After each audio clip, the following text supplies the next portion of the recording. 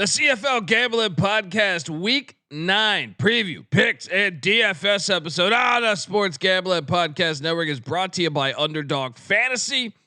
Get up to $1,000 deposit match when you sign up at UnderdogFantasy.com with our promo code TCESGPN. And remember, as always, folks, to let it ride. Hey, this is LeGarrette Blunt, and you're listening to SGPN. Let it ride.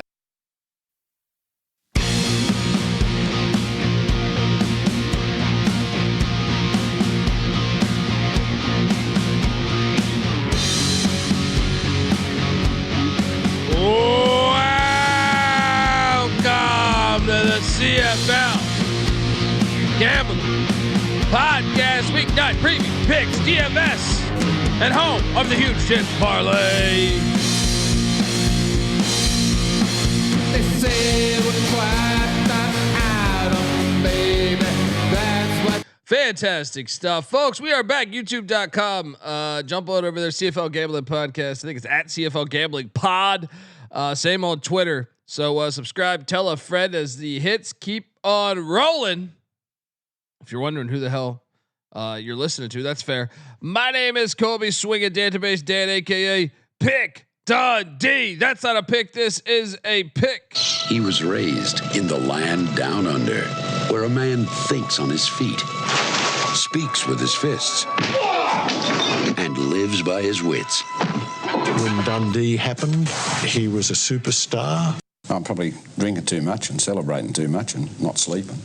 Would have killed a normal man, but no, that's gone. The medical advice I got from that was like being hit by lightning. Pretend it never happened and get on with your life. I'm drinking beer, eating peanuts. I'm at the beach. This is the life. Betting on CFL games. Let's talk about it. Week 8, a ton of fun, an absolute ton of fun. And it started right here. But wait. Before we get to that, this guy just won some major cash on the DFS front. He is also the host of the Old Fashioned Football podcast, which we'll be doing a double header tonight. It's like, hey, he's theming it after baseball. Give it up for Justin Mark, aka Nope Turn JMark. How are you, buddy? Doing good. Sometimes you got to run two-a-days, get everybody on the right track. Yeah, I'm doing good. Worn out because if you missed me on the SGP show talking Bears last night, I brought up that it's corn sweat season here in Iowa, and been having to clean up some wind damages, some downed trees, and yeah, it's very hot out. Tell me, you know what corn sweat is? Nope. But I'll tell you this: it's hot as shit here, and I'm at the beach in South Carolina, and it is hot. It is hot here. Mr. Sean, do you have a guess on what corn sweat is? Urban Dictionary or natural? Right, the natural. I'm just assuming it has something to do with farming and sweating. Like farmer, is this like farmer's tan? No, this is so a acre of corn can sweat 3,000 to 4,000 gallons of water and moisture into the air per day. And that's what creates the humidity in the Midwest. So yesterday it was 93, but the real feel was 108 because it was just that sticky, humid moisture out. So you got to, and it's because of the corn.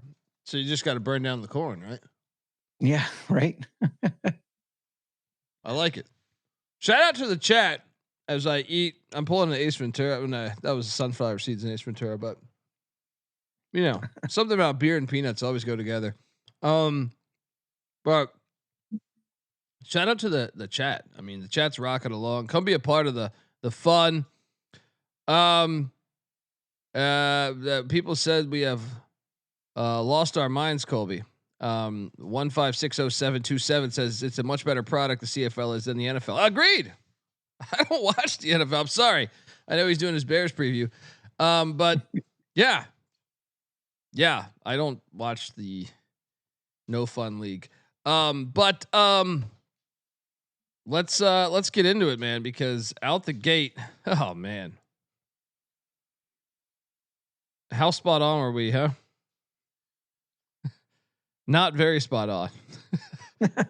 Montreal 23, Calgary 21. I mean, what was this? Was 60-yard field goal? What was it again? 58, something like that. Dedrick Mills though did score for us. So there's that. Yeah. But Montreal, you try to take it from them, and they say no. McLeod Bethel Thompson, 280 yards in the air. Caleb Evans, 1 for 1, 42 yards. How about that? And my boy from East Carolina, Tyler Snead, with over 100 yards receiving.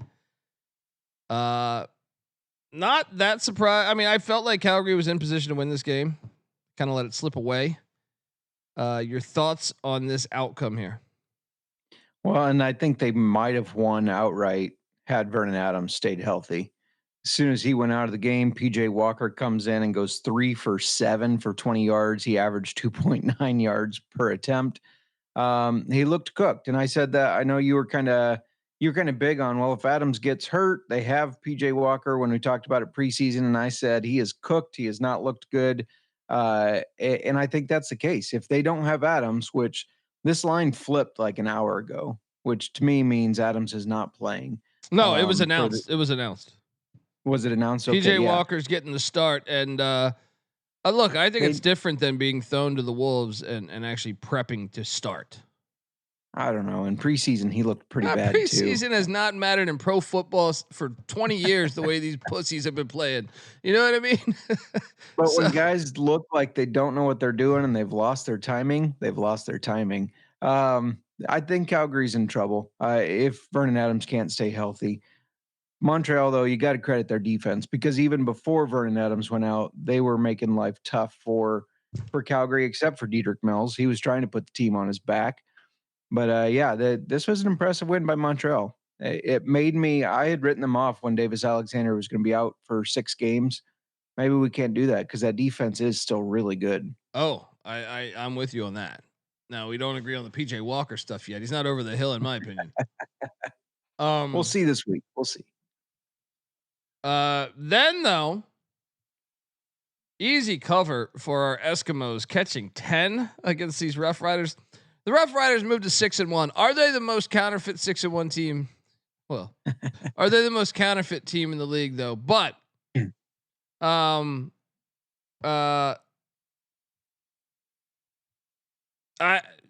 look, Edmonton is good enough to cover these games. They still suck, but they started Fajardo.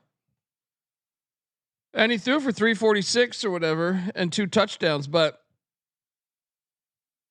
they still suck. But nice cover. And moving forward, I will take them more because I think he moves the ball better. Yeah. Agreed. And I was surprised, they were 10-point dogs. They announced he's starting. It only went to like 8.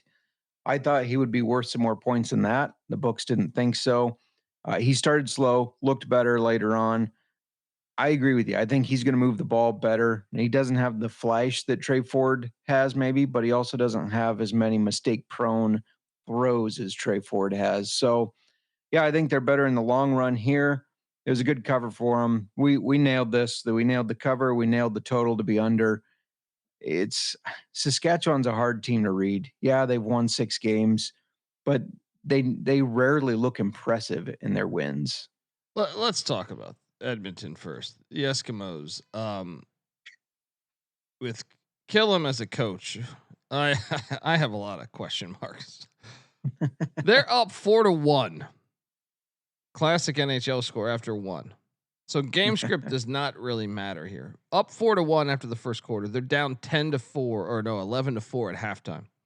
So it's anyone's game, right? In CFL, that means anyone's game. You ran the ball to your running backs 5 times.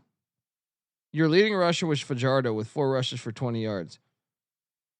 What in the fuck is going on here, man? You gotta be more balanced. You cannot be that predictable. Like, what am I missing here? Like, I get it. Saskatchewan's got a decent defense. They do. Corey Mace does a good job with them. But you still have to commit to the run more. If they know you're going to be passing this much, which I know he threw for 346, but I question the coaching philosophy.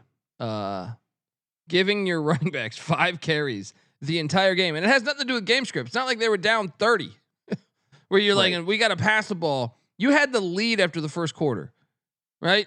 You're down 1 score at halftime. That is on bad coaching, in my opinion. Because 100%. if you run the ball, it bleeds the clock, it limits possessions. I just have major issues with the coaching philosophy. Yeah, 100%. I got roasted on I'm part of a CFL Twitter chat or whatever, and I called out this coach. Well, it's going to take him time. He's just getting started as head coach.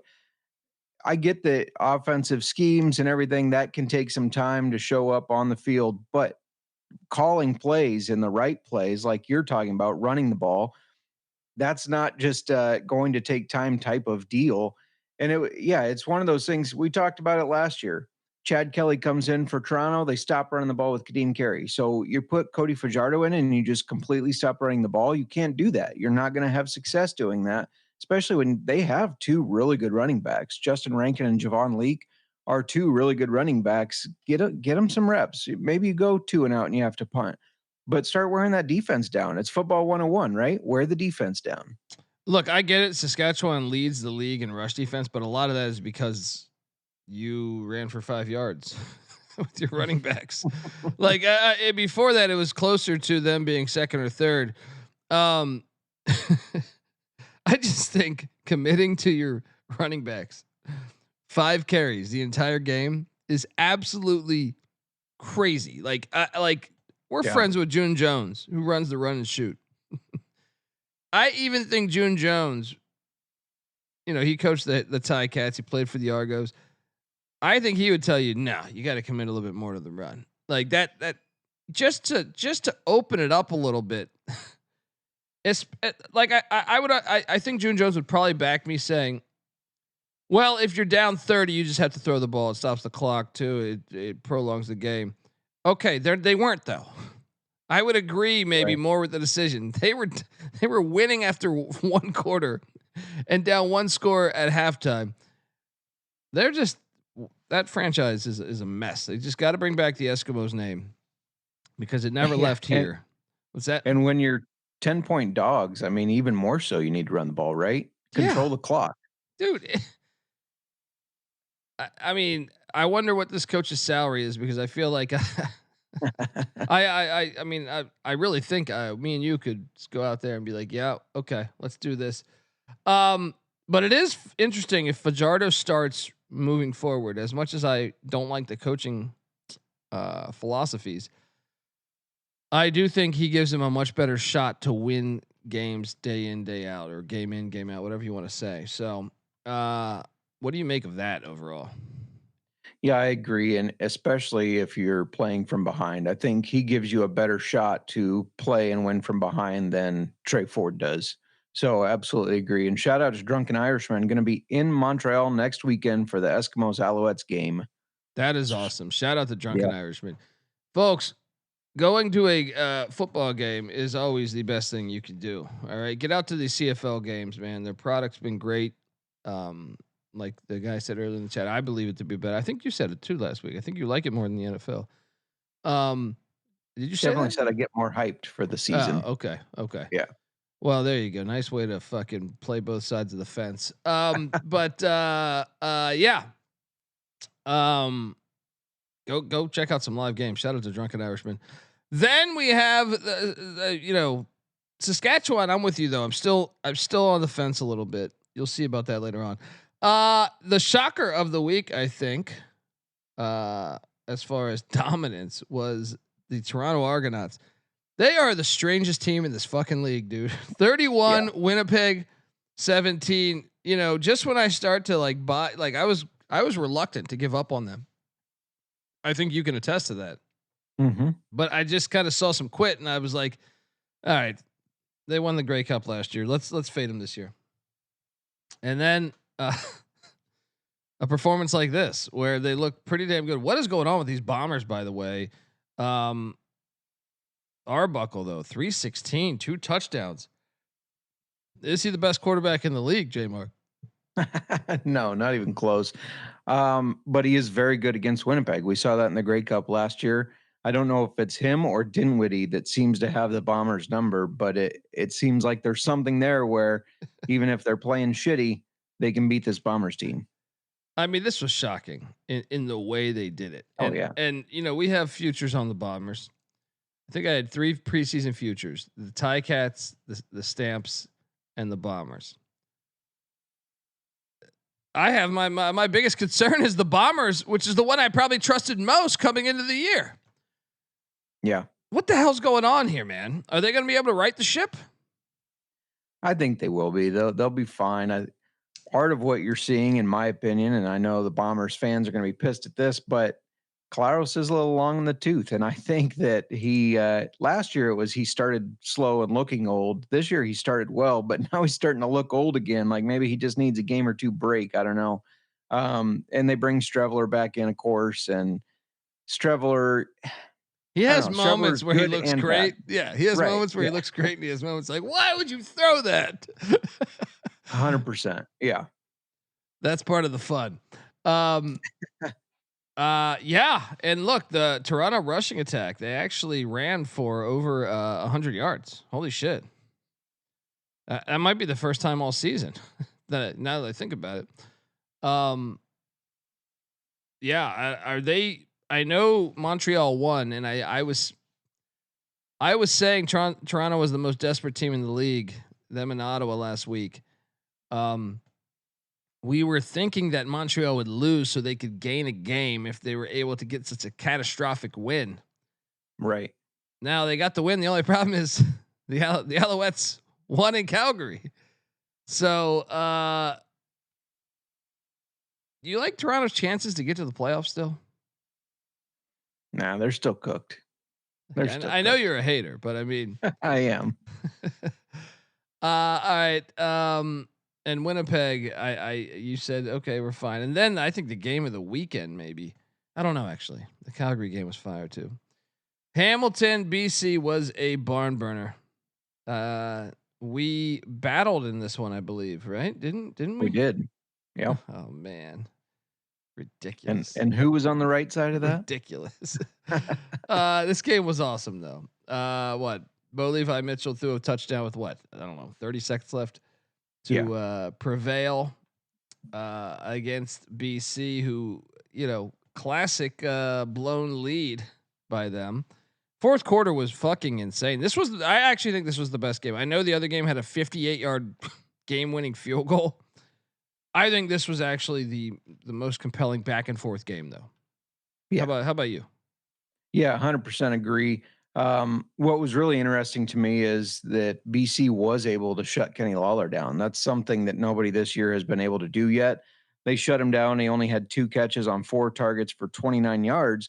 But Bo Levi said, hey, I tuned into the CFL Gambling Pod, and that JMark guy said Keandre Smith is a good option in our offense. He had him on his DFS team, so let me throw it to him. He had 14 catches, 138 yards, 2 touchdowns.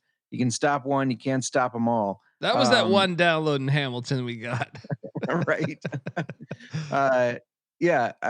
Bo Levi looks really good. He's an older quarterback that he's had questionable moments throughout his career, but he looks good this year. Yeah, we should let's just he does look great this year, and we should talk about this right now. Let's just talk big picture CFL before we get into this week's picks. Yeah. There seems to be more division this year between the good and the bad. I think last year at this time it was a little like taboo, like every team was alive. You're sitting here, you're not even halfway into the season yet. You're close, but Hamilton and Montreal have a 3-game lead on Toronto. They have a 4-game lead on Ottawa. Maybe Montreal, loses its way, but Hamilton to me looks like they're definitely going to be in the playoffs. Saskatchewan and Calgary look far better than every team in the West. Like BC can't close out games. Winnipeg looks old. Edmonton, the Eskimos are just fucking terribly coached, terribly ran. it seems pretty chalky right now. I mean, not chalky from the beginning of the year because no one had Calgary or Hamilton besides, well, us. But it seems pretty chalky. Am I crazy? No, you're not crazy. I think it's going to be Saskatchewan, Calgary, Hamilton, Montreal, and I think Winnipeg will be that floater team. Yeah. I don't see Toronto or Ottawa or Edmonton or BC ramping up enough to overtake them. BC might have enough explosion to like beat some teams we're not seeing. Toronto, I have no idea. Team. They are a pussy team, dude, and that's why I never took a future on them the past couple of years. Let's talk about this upcoming week. But before we do that, I want to let you know that you are listening to the CFL Gambling Podcast. Look, we're brought to you by MyBookie.ag. MyBookie is your place to bet on every single sport in the summer. All the CFL action you can get. MLB action, golf, racing, tennis, WNBA, all that's there. And, of course, college football and the NFL futures. MyBookie accepts customers from a ton of different locations as well. You could easily deposit, get lightning fast payouts using crypto. So head on over to mybookie.ag. But when you do, use our promo code TCESGPN for 100% deposit match up to $1,000. Terms and conditions apply, of course. That's mybookie.ag. Promo code TCESGPN. We're also brought to you by Rhythm. Yes, you've heard us talk about Rhythm before. Well, they just dropped a new game-changing feature called Power Trends.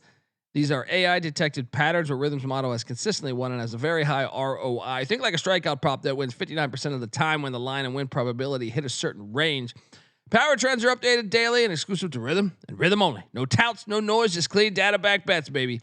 The MLB Power Trends are dominating. 254 and 147, a win rate of 63% and an ROI of 4.5% in their last 400 bets. WNBA Power Trends, 35 and 20 since they launched, just about 64%. 20.7% ROI. What are you doing, folks? Download the Rhythm app, check out Power Trends, and start betting smarter. You know damn well we will be as well. Get your free 7-day trial period today. sportsgamblingpodcast.com/rhythm. That's RITHMM. That's sportsgamblingpodcast.com/rhythm. All right. Let's get to this week's action because we got slides. YouTube.com. Game 1. YouTube.com CFL Gambling Podcast. Game 1 tomorrow night, 7:30 p.m. The Hamilton Ticats are heading to Vancouver, British Columbia. That filthy TD place. This game might be the most interesting game of the weekend. Both teams have quarterback. Are these the best two quarterbacks in the league when healthy? Hang on, you got me confused. I think you got the wrong slides. Did I upload last? Yeah, it's Calgary, Ottawa. Yeah, my bad. What am I doing here? Didn't I don't know. You threw me. I was like, shit, did I look at the wrong week? What's going on? Didn't I upload the slides before we did the show? Did it boot us? Oh, yeah, you're right. It failed. Technology. No, the upload failed. I'm looking at it right now. My bad. I'm like, wait a second. Okay. I love how I didn't notice right away. I was like, wait, are they playing it? Because you know what it is you in the CFL you can play two times in a row. Yeah. Here we go. Calgary is at Ottawa tomorrow night, 7:30 p.m. That's hilarious. That's classic. I gotta clip that. Okay, completely different game. And Calgary starting PJ Walker. I believe PJ Walker with prep is still one of the better quarterbacks in this league. And you know, Bob Dice, absolute hot garbage as a coach. Ottawa with their practice tendencies, absolutely garbage. You know, this is a smash play. Ottawa being favored, hilarious. Stamps money line. This is an easy play. Absolutely easy play, and give me the over 49.5. What are you doing here? This is an easy play because this Ottawa team beat Calgary with Vernon Adams at Calgary. Now they're at home against PJ Walker, and Ottawa's going to crush them. PJ Walker is cooked. You're going to see their third stringer get in at some point. I don't even know who their third stringer is right now, but he's going to be in at some point because PJ Walker is going to be that bad. Drew Brown is back. Yeah, give me Ottawa. This one you're gonna be wrong about, and like I can't wait to see how wrong you're about. Ottawa's terrible. All right, they should be kicked out of the league as far as I'm concerned with their non-tackling tendencies. They already beat Calgary. Yeah, that was with horseshit Vernon too. Adams. Yeah, that's what I'm saying. Now's a great spot to jump in on Calgary. PJ Walker has played in the NFL longer than any of these bozos. All right. So now over under 49.5. What are you doing there? I think I like the under. I don't think these teams are going to put up a ton of points. I think it's going to be a slow, both teams making some mistakes, and Ottawa comes out top, let's say 20-8. Wow. So we just disagree on all fronts. This is great. Well, then on Friday, the Argos are heading to Winnipeg. Huh. Didn't we just see this game? This is why I was confused a minute ago.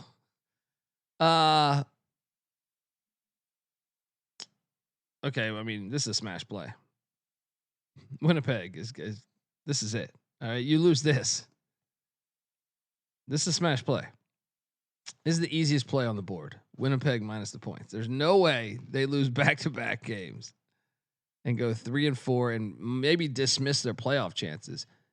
So all over the Bombers, lay in the 4.5. I will also take the under 51.5. What are you doing here? So last game smash play we disagreed on. This smash play we do agree on. I know the Argos are very desperate, but I think Bombers are more desperate right now. And I don't think they're going to beat them twice like they just did. I know Dinwiddie has been good and Arbuckle has been good against these Bombers, but I don't think you're going to get it 2 weeks in a row. So yeah, give me the Bombers to cover this easily, but I like the over. I think both these teams are going to throw up a good amount of points here. I will say the total had me guessing a little bit. Like I don't have a good feel for the total on this game, but I love Winnipeg minus the points. Winnipeg is in the more desperate spot, in my opinion, because if Calgary does beat the 1-win Ottawa Red Blacks and Saskatchewan, I mean, wins, which is they're fully capable of taking on a backup quarterback in Montreal, and they lose this game, I do think. I mean, first off, BC could surpass them, but I do think that that's a little bit of a panic play then at that point. Yeah, so we agree a little bit there. Then Saturday, why did they not do a game on Sunday, by the way? I have no idea. You're going to have to ask the Canadians in the chat. What's going on?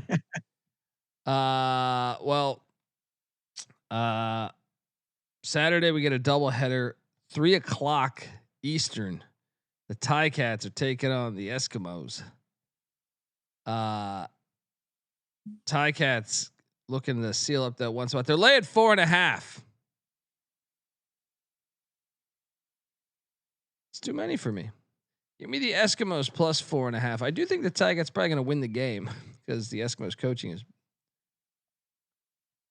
lacks an edge, I would say. But I think the Ticats are good. Will win the game, but 4.5 a little steep for me. I like this to be like, a 30-26 type of game, 30-27, something like that. So I'll take the Eskimos in the points here. Once again, with Fajardo, I think it gives them hope that they'll be in this game a lot longer than they would be with Trey Ford. Maybe they run the ball more. They should. I will also take the over 54.5 on this one. What are you doing here? Over is definitely my favorite play in this game. So I like the over. But I do think the 4.5 is disrespectful to Hamilton. I think that number would be bigger had Fajardo not just had a good performance against Saskatchewan. I think Hamilton's going to rout them. I think this is going to be a game where Fajardo's like, yeah, I had my 1 game bump. I almost won. Now we see why I'm a backup in the league. Wow. And I came strong with the hate today for everybody, if you can't tell. Yeah, this Hamilton team, it's despite the fact that they can't play fucking defense, they're still one of the best teams in the league.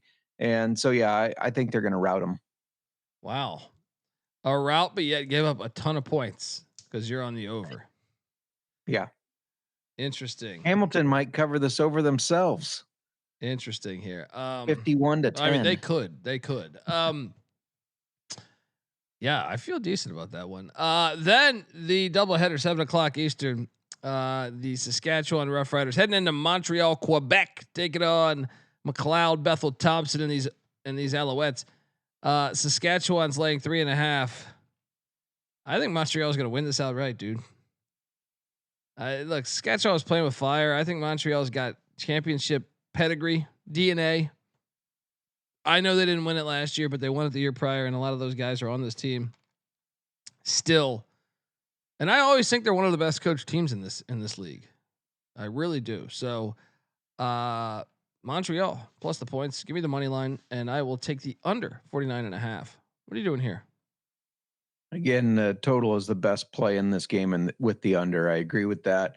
We only agree on one game for the spread, and that's the Argos Winnipeg, not this one.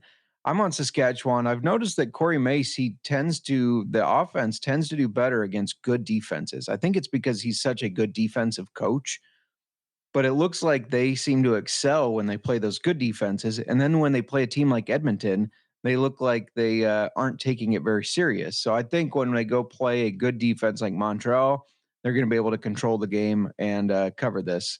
Now, I did find it at 3 elsewhere. I like it a lot better at 3 than 3.5, but I'll take the 3.5. I'll roll the dice here. I think the run game will be bottled up by Montreal, and I think like Montreal is the one team that actually like has the style of play. They have the physicality that I think Saskatchewan is 6-1. A lot of it because of their physicality. I think Montreal has that. I think probably more than any team in the league. So that's why I like the Alouettes in that spot. Let's what's your what game do you like the best? Not the total, the game. It's got to be the Winnipeg game. This is a desperation spot for Winnipeg. I think that is too. Second for me would actually be Montreal. Yeah. All right. Well, what total do you like best? Total, it's the under for the Saskatchewan Montreal game, though I like that Hamilton over as well. And I'm excited to watch the Hamilton game because I think Hamilton's a fun team to watch anyways. And I'm interested to see, can Cody Fajardo kind of keep the mojo going, or is he going to fall back down to earth and not cover? Yeah. All right, look, this is time for our Huge Tits Parlay, brought to you by the CFL Gambling Podcast, the home of the Huge Tits Parlay.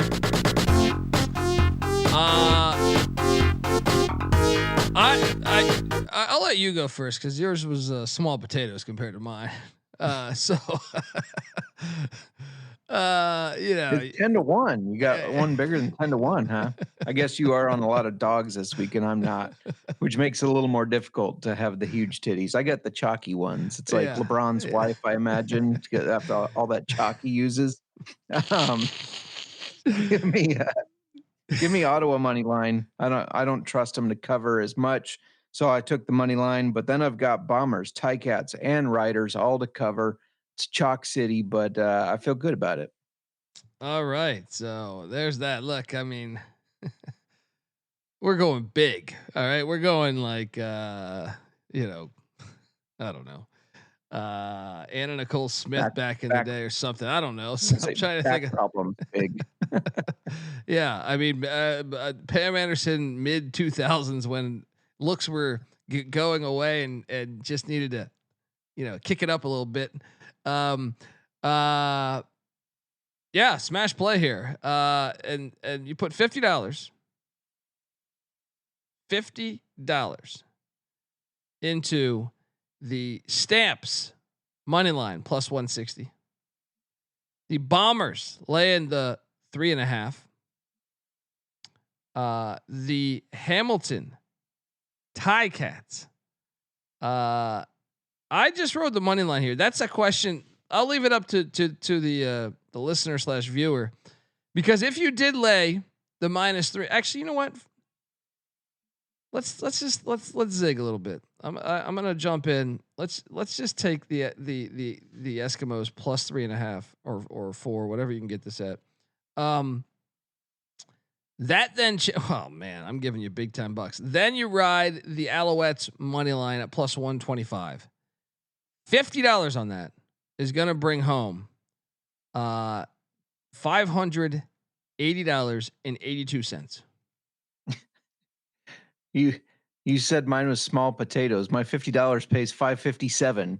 You got a $23 lead on me here. Well, it's that is small potatoes and buddy. 82 cents. Yeah, don't forget my 82 cents. All right. How's that possible when I have 2 money lines? Because I have 2 spreads, I guess. The money lines aren't huge, right? Wait, They're but plus 125.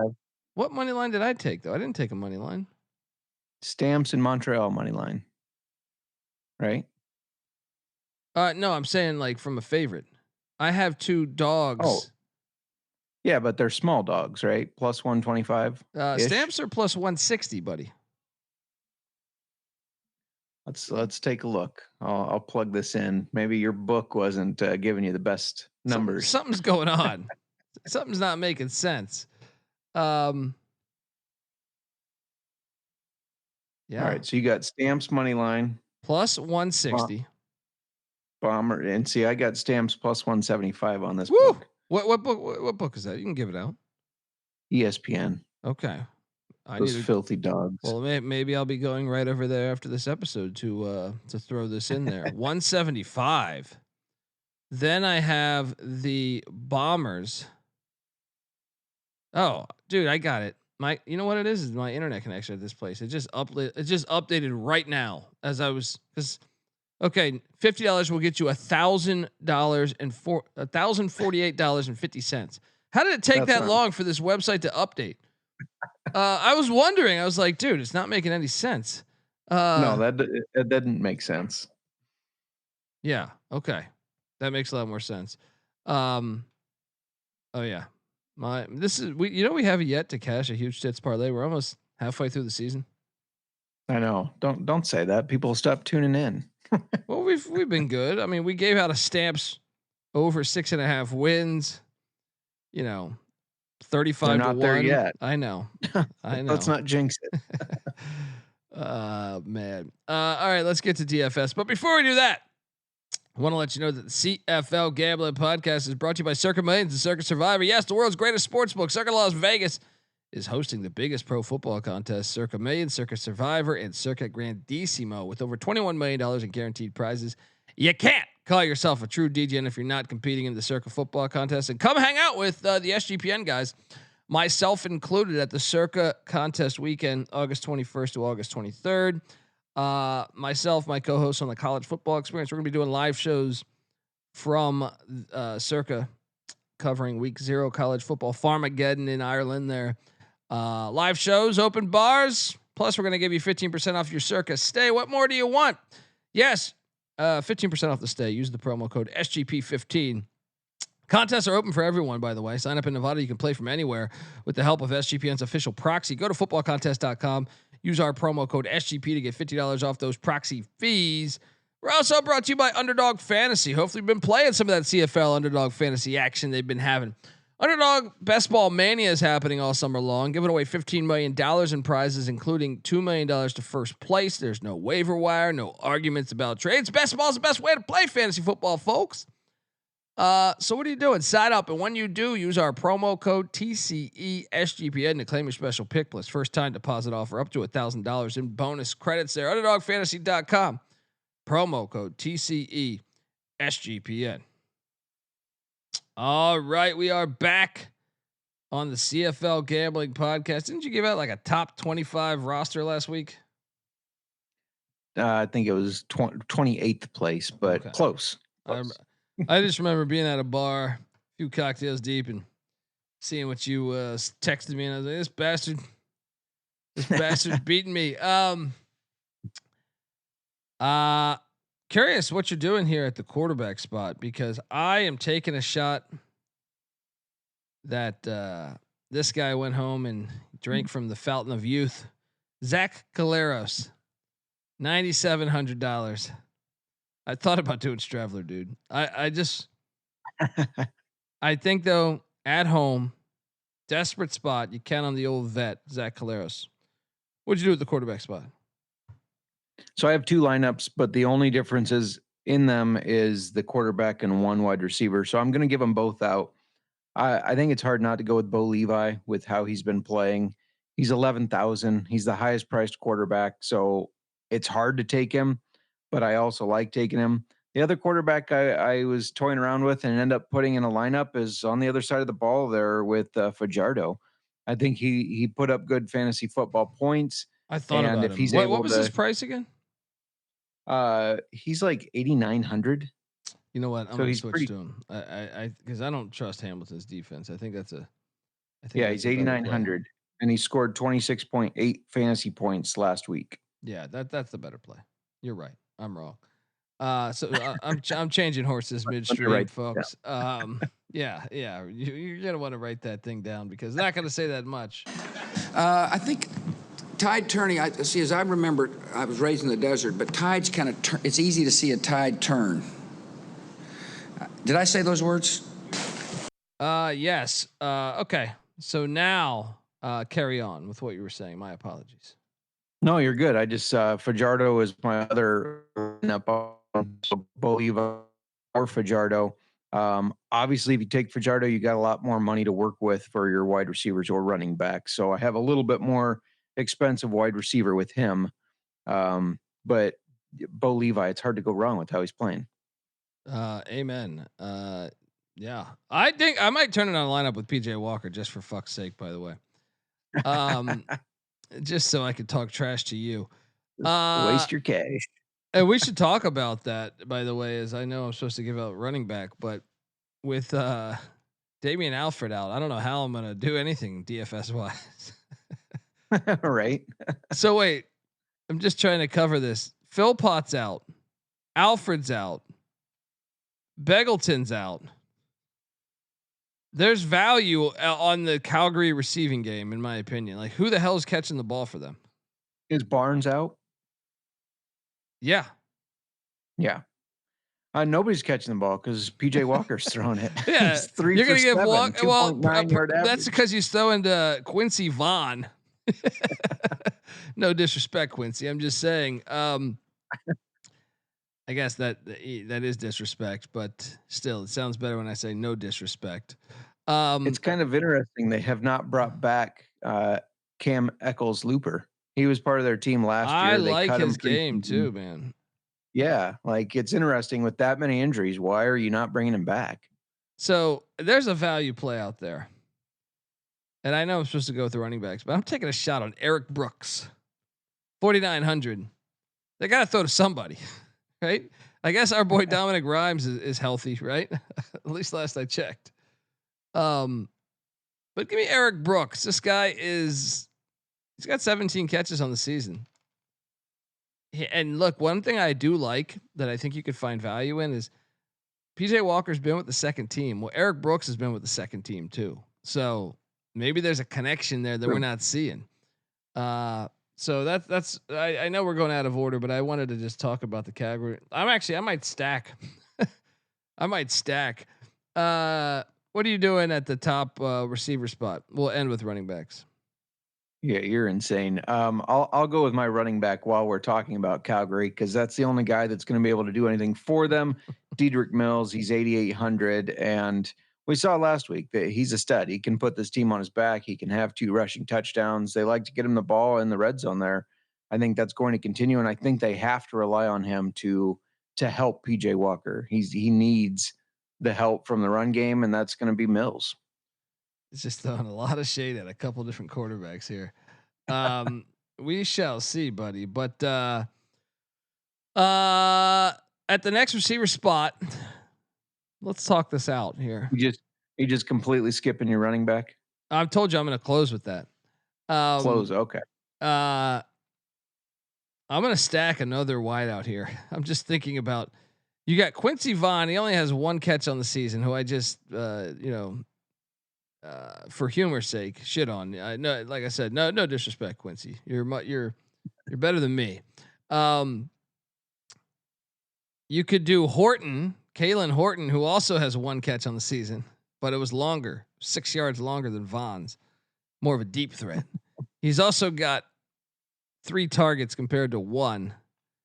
I'm trying to think, who the hell do you play then? I mean, at this point, you might as well change your quarterback to PJ Walker, not Fajardo. I just think there's gold in them there hills. Someone's got to catch the ball for this team. I don't know. Give me Kalen Horton. All right, I'm rostering Kalen Horton. $3,200 bargain play. 3 targets Horton, on the season. Who is that? He also, you know what I like about Kalen Horton is he is their kick returner. He averages 25 yards a return. So let's go. Where are you going next? All right, so my highest priced wide receiver, a guy that you were big on last year, he had a good game last week. I don't expect him to have as big of a game, but Damonte Coxey, he's 8,600. He had 29.5 fantasy points last week, and he was 8,700 then. You don't expect a receiver to go down in price after having a game that's almost 30 points, but he did. And so yeah, give me Damonte Coxey. I like it. I thought about rostering him because I did note that he had a fire game last week. My next wide receiver is I'm taking you to that Hamilton game. I refuse to believe that Lawler is going to get blanked, or I know he didn't get blanked, but he did not perform like his normal self against BC. Edmonton can't coach. So that means they will definitely fuck this up. So I did pay up for $11,100. Kenny Lawler. Did you roster him? I did not. This is one of the first weeks I have not rostered him. I got a 1 point lead on our bourbon battle, so I'll say fuck it and battle you with my pick from Edmonton, and that's Stephen Dunbar Jr. for 6,600. Let's go. 19.2 points last week, 5 receptions, 82 yards, and the touch. Yeah, Lawler's a much better receiver, but I think the teams are very hyper focused on shutting him down, right? No, I mean he's killing it, so they should. But you're relying on the Eskimos to use logic. Oh wait, I just realized I gave out an Edmonton player, not a Hamilton one. We can't battle that. Oh, we can. It's up to you, buddy. Now you're having second thoughts. You said, "Well, maybe we shouldn't battle that one." It doesn't fit our normal battle, but let's do it. There we go. Running backs. I have 2. I'm starting things off with Brady Oliveira at $10,100 against a terrible rush defense known as the Argos. Revenge game here. Oliveira will be the core of this revenge. Did you roster him? I didn't. Mills was my only running back, but I'll give out my Winnipeg player here. Bit of a value find, I guess, but he had 17.2 fantasy points last week, and that's Jareth Stearns. He's only 4,700. That's my guy. I gave him out. Yeah, last week. And he did very well, and I think they'll continue to get him involved in the game. Yeah. No, that is a good. That's a good value. I mean, that guy. I knew he would be good in this league. Like, give it time. I think he's going to be very good in this league. Yeah, my second running back is former San Diego State Aztec, Greg Bell. Look, I want to fade the Eskimos here because Greg Bell. I know they're more of a pass happy team, but I also think they might be able to catch him. Edmonton's defense is fucking horrible. I mean, we both noted that. So I think there's just value on taking him. He had 56 yards rushing last week. Got a couple catches out of the backfield. So it's like, yeah, let's load up on him. and he's decently priced, 7,700. But I think he could have a big game here. You did not roster Greg Bell, did you? I did not. I think I gave everybody out except my last wide receiver here. And this is the one that if you have Bo Levi, I went with Cole Speaker. Even with Davis Alexander out last week, he had 16.5 points, 6 catches, 45 yards, and a touchdown. So I like him even with the backup in. If I go with my Fajardo lineup, I could pay up a little bit more. And I got Samuel MLS, who came back from injury last week and showed that, oh yeah, this guy's still really good. He's still somebody that Harris loves to throw the ball to. So for my Bo Levi lineup, it's Speaker. For the Fajardo lineup, it's Emulus. 2 lineups. All right, 1 cup. What could go wrong? Defense. I have $500 sitting on the table, but I am still going with the Alouettes defense to put the kibosh on this Rough Rider nonsense. Are you with me? No, I could only afford one defense, and I was damn happy to get this defense because Philip J. Walker is cooked. So give me Ottawa's defense. They scored 11 points against Vernon Adams. They're going to score 21 against PJ Walker. Well, I can't give wait me the to Red talk Black, shit to you. I 3,500. can't wait to talk shit to you. You're going to lose there. I'm setting myself up to really eat shit if I'm wrong here, right? Oh yeah, you'll be hearing from me this week for sure. I'm sure I will. Folks, he's back tonight. Doubleheader, Old Fashioned Football Podcast. Give JMark a follow at JMarkfootball. You're curious. I'm curious your thoughts on the garbage ass UFL and their layoffs. It seems like they laid off a bunch of teams too, right? Well, they're definitely switching teams. They've laid off a bunch of people, and from what I'm reading, it all comes down to when the players were threatening to hold out, and they bargained for a little bit more money, and the UFL caved to that, and now they're saying, "Oh shit, we don't have enough money to pay other people, so I guess we'll just pay the players and have nobody else." No marketing, no communications. Who needs it? We got players. Yeah, hilarious. I'm on Twitter at @TheColbyD. Check out the UFL Gambling Podcast too, but and the College Football Experience as we break down all 136 teams and the Sports Gambling Podcast Network.